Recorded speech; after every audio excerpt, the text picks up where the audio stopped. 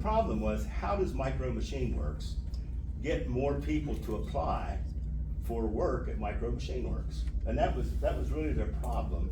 And my concern, kind of like what you were saying, is like, when's the time? Right. You know, how am I still going to teach what I need to teach? So I really needed to make sure that if we're doing this, how can I connect it to English language arts? You know, because I'm an ELA teacher. I can't just, you know, do whatever I want. I got standards I got to teach. So we really connected it to that writing piece of ELA. Every kid, they wrote research papers defending their positions and why their solution was the most efficient.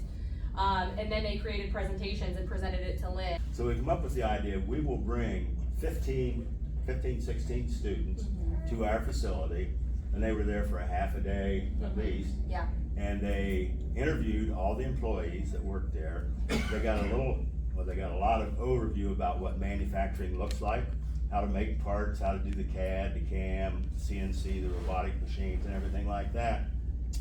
But then after these kids had spent half a day there interviewing it, take pictures all you want, take videos, ask any questions you want to employees. It was their task to go back to Shenandoah and report what they had seen to the other 75 classmates. And they obviously did an excellent job reporting back to their classmates, because I think we come up and we initially had a talk at Shenandoah and a little presentation there, and I think we had chocolate bars we made and some 3D printed stuff, and you know, the power is your imagination. Kids, this is, if you can dream it, you can make it. And that was kind of the message, sort of thing. And then we met again to review where they were at. I think we spent the whole day there that day, because 3 different classes with 6 teams in each class, 5 or 6 teams in each class.